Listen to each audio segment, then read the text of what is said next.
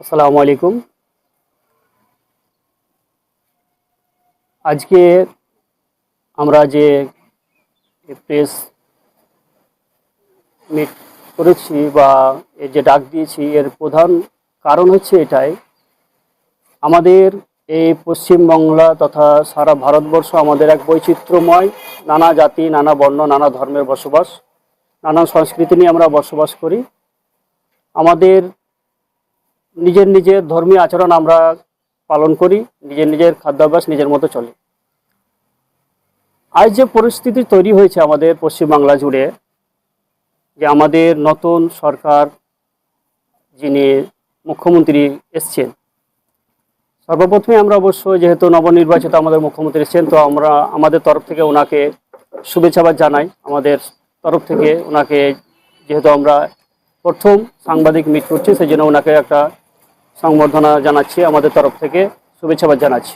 পরে আসছি যে আজকে প্রধান যে উদ্দেশ্য আজকের আমাদের মিটিং ডাকার বা এই প্রেস কনফারেন্সে ডাকার উদ্দেশ্য হচ্ছে যে আমরা বর্তমানে যে কুরবানির পশু হালাল করা প্রসঙ্গে, অর্থাৎ গরু এবং মোষ, এই দুটো জানোয়ার হালাল করা, জবাই করা বিষয় নিয়ে আমাদের মধ্যে একটা বিশৃঙ্খলা সৃষ্টি হয়েছে অনেকের মনে, যে আমাদেরকে কুরবানি করতে দেবে না। বিষয়টা সেটা নয়, কুরবানি করতে দেওয়া হবে, কুরবানি করতে নিষেধ নাই। কুরবানির পশুর কিছু বিধিনিষেধ আছে, সেটা হচ্ছে গরু এবং মোষের মধ্যে 14 বছরের হতে হবে। এটা হাইকোর্টের রায় 1950 সালের আছে এবং 22 সাল পর্যন্ত এসে সেটাও কিন্তু ফাইনাল করা আছে। কোর্টের রায় যেটা দেওয়া হয়েছে এবং সেই রায়টাকে বিগত সরকার সেটাকে কিন্তু আমাদের জন্য বিজ্ঞপ্তি হিসাবে জারি করে বা আইন হিসাবে জারি করেননি। বর্তমান যিনি আমাদের এখন সরকার রয়েছেন, তিনি সেই বিজ্ঞপ্তিটা জারি করেছেন। আগের সরকাররা করেননি, যেহেতু ওই জায়গাতে 12 নম্বর কলমের আছে যে সরকার যদি চায় তাহলে সেটাকে শিথিল করতে পারে বা বাদও দিতে পারেন, সেটাকে মানুষকে ছেড়ে দিতে পারেন। সেই অর্থে বিগত সরকার যিনারা ছিলেন তিনারা কিন্তু সেটাকে কোনো ধরনের বিজ্ঞপ্তি হিসাবে জারি করেন বা আইন হিসাবে আমাদের উপরে চাপিয়ে দেননি। আমরা নির্দ্বিধায় তখন গরু, মোষ, ছাগল, ভেড়া, দুম্বা, ওট যে যা পেরেছি কোরবানি করেছি। বর্তমানে আমাদের জন্য যে শর্ত দেওয়া হয়েছে যে 14 বছরের উপরে হতে হবে এবং তার আগে যদি হয়ে যায়, হ্যান্ডিক্যাপ হয়ে যায়, কোনো কারণে যদি সে অচল হয়ে যায়, তাহলে সেটাকে মানে কী করে জবাই করে বা হালাল করে খাওয়া যাবে, এটা বলা হয়েছে। কিন্তু আমরা সেই অচল হয়ে যাওয়া গরু বা মোষ পশু কুরবানি দিতে পারি না এবং 14 বছরের ঊর্ধ্বে হয়ে গেলে পরেও সেটা কিন্তু অচল হয়ে যায়। আমরা ওই যে প্রস্তাব দেওয়া আছে, বিজ্ঞপ্তিতে বলা আছে, সেই হিসাবে কিন্তু আমাদের পক্ষে সম্ভব নয়। তাই আমরা চাই যে সমাজে আমরা যারা আছি, মুসলমান উম্মা যারা, তাদের মধ্যে যাতে বিশৃঙ্খল সৃষ্টি না হয়, আমরা সকলকে একটা বার্তা দিতে চাই যে আপনারা কেউ সরকারের আইন ভঙ্গ করবেন না। সরকারের যে আইন দেওয়া হয়েছে সেটাকে আমরা নিজেরা শিরোধার্য করে মেনে নিয়ে, মাথায় পেতে নিয়ে আমরা সেটাকে আমরা স্বীকার করছি যে না, সরকারের আইন সবার জন্য প্রযোজ্য। আমরা স্বীকার করে নিচ্ছি, আমরা কখনো সেই আইন ভঙ্গ করতে যাব না। আমরা কোনো আলেম ইমাম সাহেব যিনারা আছেন, কেউ আমরা কিন্তু গরু বা মোষ হালাল করতেও আমরা যাব না। যদি কেউ এরপরে, যেহেতু আমাদেরকে পুলিশ প্রশাসন থেকে ডেকে, থানায় ডেকে নির্দিষ্টভাবে বুঝিয়ে দেওয়া হয়েছে এবং কোর্টের যে কপি, অর্ডার কপি, সেগুলো আমাদেরকে দেখানো হয়েছে, আমরা দেখেছি। আমরা প্রত্যেক মুসলমান ব্যক্তিদেরকে আমরা অনুরোধ করবো যে আপনারা কেউ নিজে আইন ভঙ্গ করতে যাবেন না। গরু বা মোষ না দিয়ে আপনারা ছাগল, ভেড়া, দুম্বা, উট যেগুলো আপনাকে দেওয়া আছে, হুকুম দেয়, সেগুলো দিবেন। এবং সেভাবেই যেরকম পূর্বে আমরা ঢেকে ঢুকে লোকের চোখের আড়ালে করতাম, যেখানে তো আমরা নিজের সম্প্রদায় যাদের নিজেদের মধ্যে পরিষ্কার পবিত্র রেখে যেন করতে পারি, সেরকমভাবে কিন্তু করতে পারে এইগুলো, শুধু মোষ আর গরু বাদ দিয়ে। এটা আমরা সবার কাছেই একটা অনুরোধ রাখছি, এটা বার্তা দিচ্ছি যে আপনারা কেউ বিচলিত হবেন না। আপনারা নির্দ্বিধায় গরু, ছাগল, ভেড়া এগুলো দেবেন, কিন্তু গরু মোষের দিকে কেউ যাবেন না, কখনোই না। এটা আমাদের তরফ থেকে এটা বয়কট করছে, এক কথায় আমরা বলতে গেলে, যে আমরা গরু, মোষ এখন থেকে আমরা খাবো না। নিজেদের মধ্যে আমরা নিজেদের কমকে আমরা বলতে চাইছি যে এটা কিন্তু আমাদের থাকবে। আর সরকার বাহাদুরের কাছে আমাদের একটা অনুরোধ যে গরুকে জাতীয় পশু ঘোষণা করা হোক, তাহলে কেউ সে গরুকে জবাই করা, হালাল করা, বলি দেওয়া, হত্যা করা করতে পারবে না। আর রাজ্য সরকারের কাছে বিশেষ করে অনুরোধ, যদি আমাদের কেন্দ্র সরকারের বিষয় হচ্ছে জাতীয় পশু ঘোষণা করা, কিন্তু যদি সেটা সেন্ট্রাল গভর্নমেন্ট যদি দেরি করে, রাজ্য সরকারের কাছে মাননীয় আমাদের যিনি মুখ্যমন্ত্রী রয়েছেন শুভেন্দু অধিকারী, তেনার কাছে আমাদের অনুরোধ যে উনি অর্থাৎ কেন্দ্র সরকার যেহেতু জাতীয় পশু ঘোষণা করতে দেরি করতে পারেন, তো আপনি কমসে কম আমাদের রাজ্যে রাজ্য পশু ঘোষণা করুন।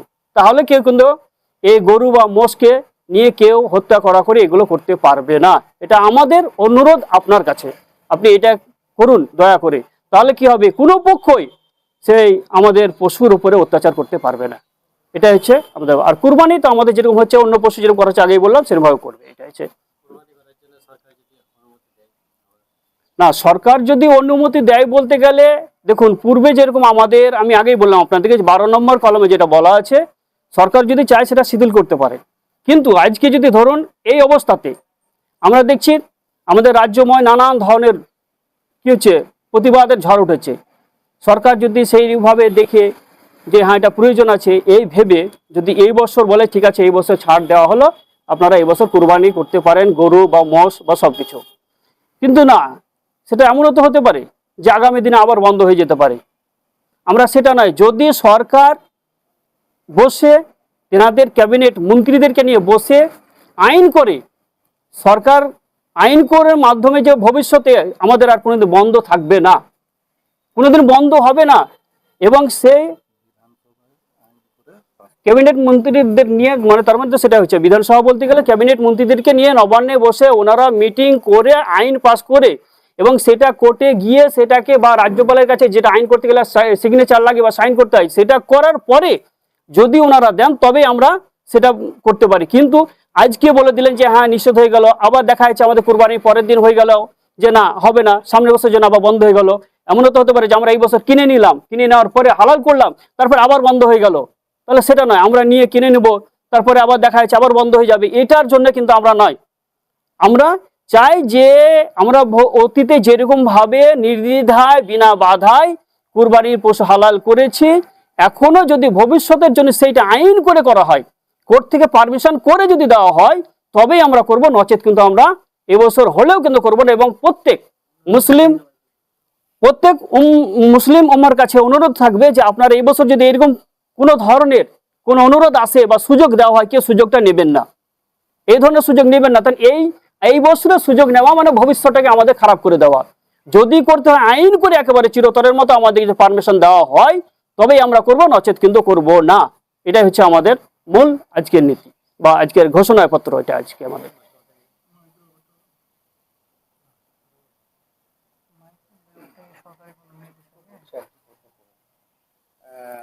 আপনারা কি কোনো মেমোরেন্ডাম সরকারের কাছে পাঠাচ্ছেন, মানে লিখিত বলতে আমরা ডেপুটেশন দেওয়ার একটা প্রস্তাব রেখেছি নিজেদের মধ্যে। আমরা 27 তারিখ হচ্ছে, হ্যাঁ আপনারা এটা 28 তারিখ হবে এবার। হ্যাঁ, ওটা ক্যালেন্ডারে যদি 27 তারিখ আছে। আপনাদের কোনো প্রতিনিধি দল, রাজ্যপাল যিনি আপনাদের মানে এক কথায় রাজ্যপালই তো স্টেটের রাজ্যপাল, রাষ্ট্রপতি যে জায়গাগুলো আছে, সেই জায়গাগুলো আপনাদের যাওয়া বা চিঠি চাপাটি করা, এগুলো করেছেন যে দাবিগুলো বললেন?